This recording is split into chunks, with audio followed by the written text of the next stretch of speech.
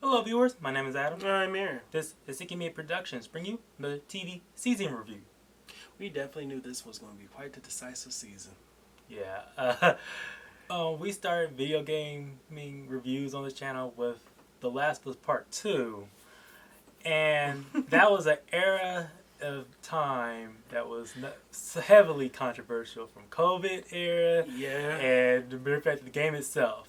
And it's no shocker that the adaptation for The Last of Us, this time for Season 2, was also going to feel those exact same vibes. It's some interesting situations that we find ourselves in, and creators of the show themselves, and actors as well. Mm-hmm. So the show is still being showrun by Craig Mazin. Neil Druckmann is also still a very strong lead creative on this very adaptation, despite while also being the creator of that game. Be sure to also subscribe to us. We're close to 1,000 subscribers. We're almost there, y'all. We're almost there. Adapting The Last of Us Part 2 was always going to be a very messy or tricky situation to navigate through. And that's partially because the story for Last of Us Part 2, or in this case Season 2 for The Last of Us on HBO, was always going to be a story that was going to be split down the middle between two particular characters. That being of Ellie, and the other one being Abby. Right off the bat, Season 2 is still like very much adapts moments from the game. Some like for the most part very faithfully as exactly how they nearly exactly how they portray them. But one of like from Season 1, certain moments like pivotal moments, mind you. Yeah. The context would change because of either some of the changes they did from back in Season 1, or the character situations that are still that were either very controversial at the time of the video game when it was released, or because of trying to expand on what was already emotionally resonant from the story itself. So where do we find ourselves in this season? This is taking place, I believe, 5 years. Yeah, 5 years after Joel and Ellie had finally, Joel technically saved Ellie from the fate that she was supposed to go down towards. Spoiler alert from anyone who did not watch Season 1 or play the game.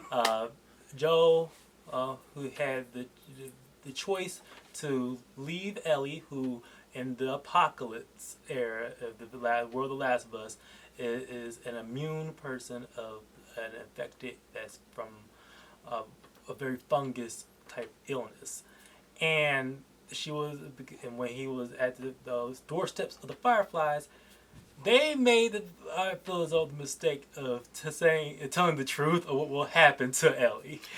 You gotta take it from his point of view. He has journeyed with this young lady. He is a grieving father who had already lost his daughter when this outbreak first began, and has gone through some major changes in his life, and it finally came across a surrogate daughter figure in his life, only to figure out that in this long journey of trying to get her to where she was supposed to go, he had to let her go. That, of course, went down very poorly, and eventually led to decisions that led him into this season. We see Ellie and Joel living in Jackson, the town they stumbled upon back in Season 1. And Jackson is a much more flourishing town, almost city at this point. Very well prepared. They found themselves as very integral members of this community. But of course, because of the horrors or poor decision makings in their past, it eventually comes up to bite them in the butt. And that is, of course, why Abby has come into the picture.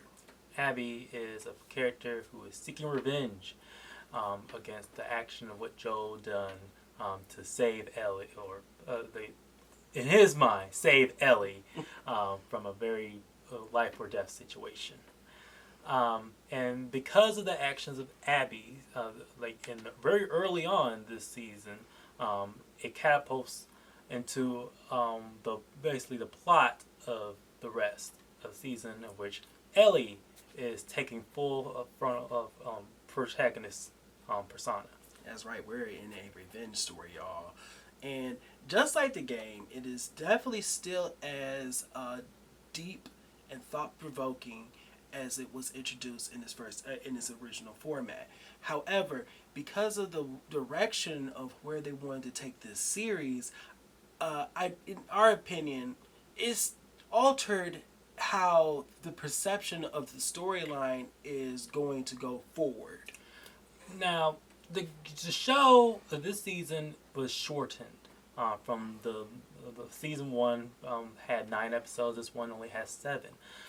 The video game of Last of Us Part 2 is also a game that divided its storyline from the perspective of Ellie and also the perspective of the new character of Abby. Almost to the extent that it was going tit for tat each time you was going to switch between the two.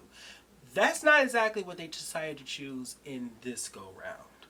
Now, the story focus of this season is mainly from Ellie's perspective right after the initial exciting incident that happens early on this season, and they still do pivotal moments from Ellie's storyline.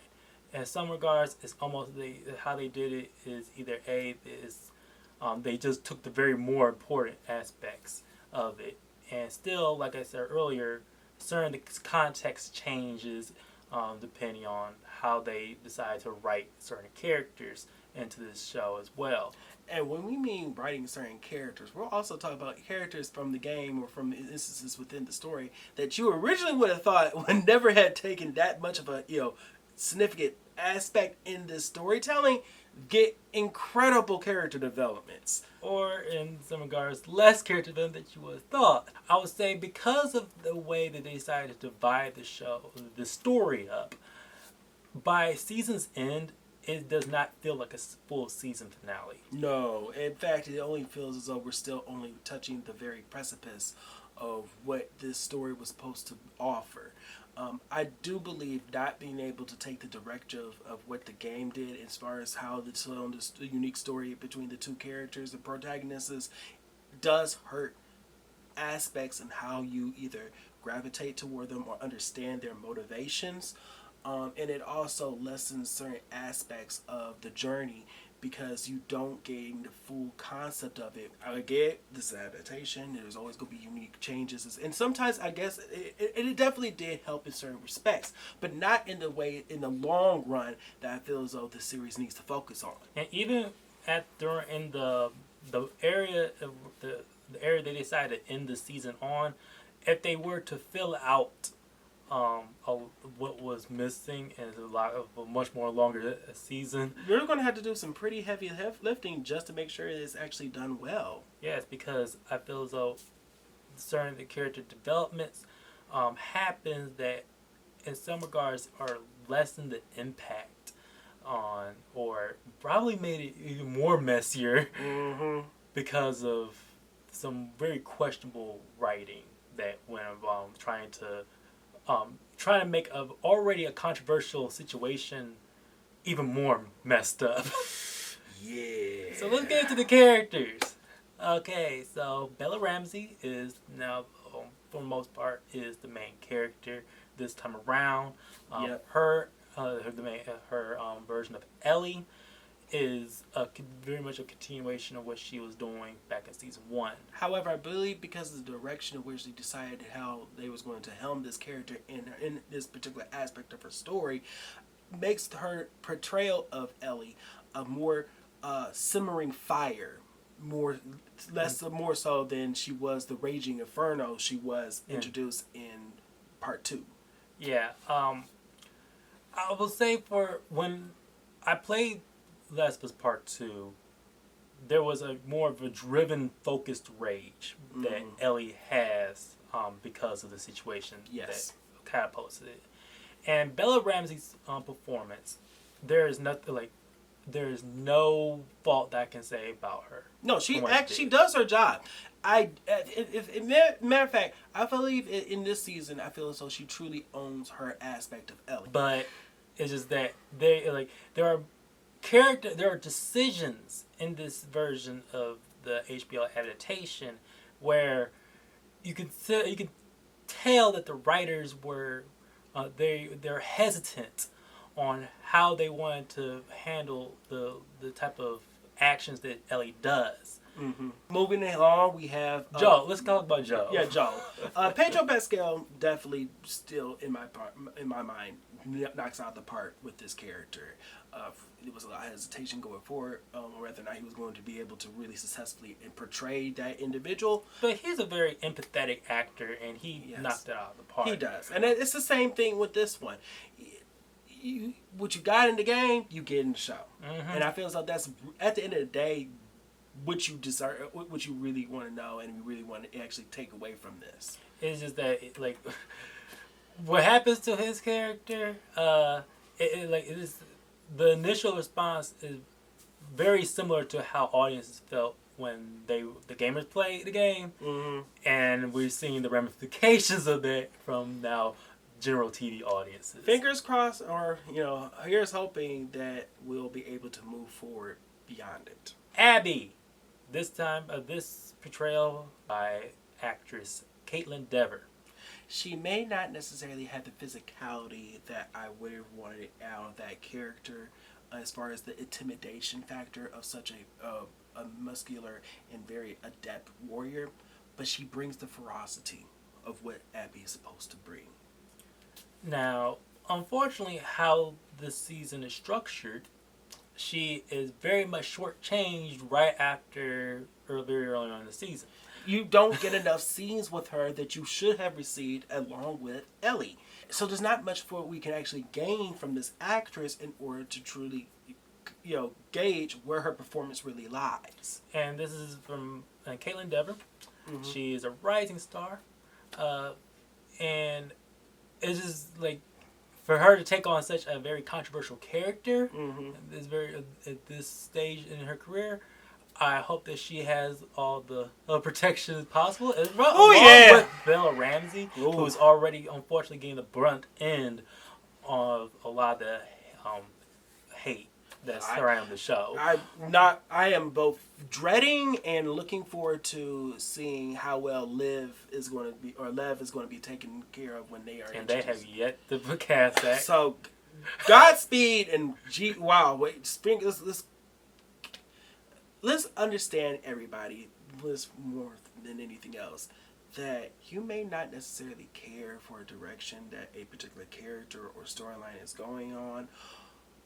But please be respectful to the people who are just doing their jobs. At the end of the day, this is a story. This is just entertainment. A character who I feel as though this series actually leveled up in terms of appeal is the character of Dina. Oh, yes. Isabela Merced is an actress who has a very interesting career ahead of her. We saw her in Alien Romulus. We're about to see her in Superman and Peacemaker Season 2. She was Dora the Explorer. God. Wow. And she holds her own. She's a true tour de force. I am in awe what she's bringing to the role of Dina. I liked the character when she was introduced in the game, and I really like her character right now in the show. They really fleshed out from not only her backstory, they gave her even more agency. Yes. So she does have in some regards, a switch up that I actually liked when they did earlier on in the season. That gives her a lot more of a tether to why she's along on this journey. Yes, and it's going to be interesting now, especially with how certain developments occurred later on in the season, how they're able to maneuver her mentality-wise. Once we get to that, once we get back to Ellie's story. Exactly. We'll go from her. We also get a new character of Jesse, played by young Mazino. This show fleshed out Jesse even more so from the game. did.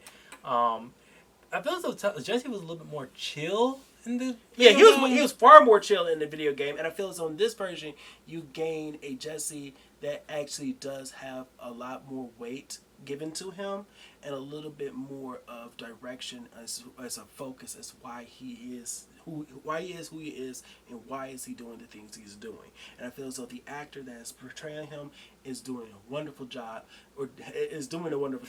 going ahead and giving us his portrayal. I feel as though he's truly embodying who that character was supposed to be. And he gave some very him and his conflicts with Ellie. These two really help highlight a very emotion, like a good emotional morality discussion on the major themes that this season is trying to convey. Yes, and how that some of those consequences might come out a lot more sooner, and how much that may impact certain characters. The character of Tommy. Gabriel Luna reprises his role from Tommy from season 1. And when we see him back in season 1, we notice a very significant change from the video game. Oh yeah. That very much so changes Tommy in this series. And that fact that he gets his own family. It's always an interesting thing to develop with characters in an apocalyptic setting on how well they're able to gravitate the new world dynamics they find themselves in when you were considering the choices they'll have to make going forward. And I feel so this variation of Tommy is definitely a unique inspiration as to where we're going to honestly find him towards the end of this story. Will he end up going down the same path as certain individuals did, or how his path did in the game? I don't know. I feel as though this particular time is going to definitely make his own unique choices that are going to drastically develop into differences from what we saw in the earlier version. And just to elaborate a little bit more, Tommy in the video game was very much similar to Ellie in that video game. Yes. Very revenge focused. This time around, Tommy is a lot more reserved. He's more aware, consciously aware. Mm-hmm. And a lot of that has to stem from the mere fact that he now sees what could easily be lost on his front. Even more so, even the fact that he is also experiencing the same type of emotional trauma that Ellie is also experiencing. I guess we should also talk about one of the new characters they introduced in this. Yes, the character who is played by Catherine O'Hara. I absolutely love her work. She is such a gem. I love her. And she brings such a unique angle into this season. Adding a therapist character helps expand on the wide emotions that a lot of the characters going through, especially with such a very traumatic story that catapults this season. Yes. She's very brief. Like, she has a very supporting, small supporting role, but her presence is felt very much well and it's very welcome. We probably, from what I heard, she won't be seen in season 3 because it's going to be mostly on Abby's perspective now. Yeah. So fingers crossed that we'll see this character come back anytime soon. This production overall, it brought a bigger scale. Yeah.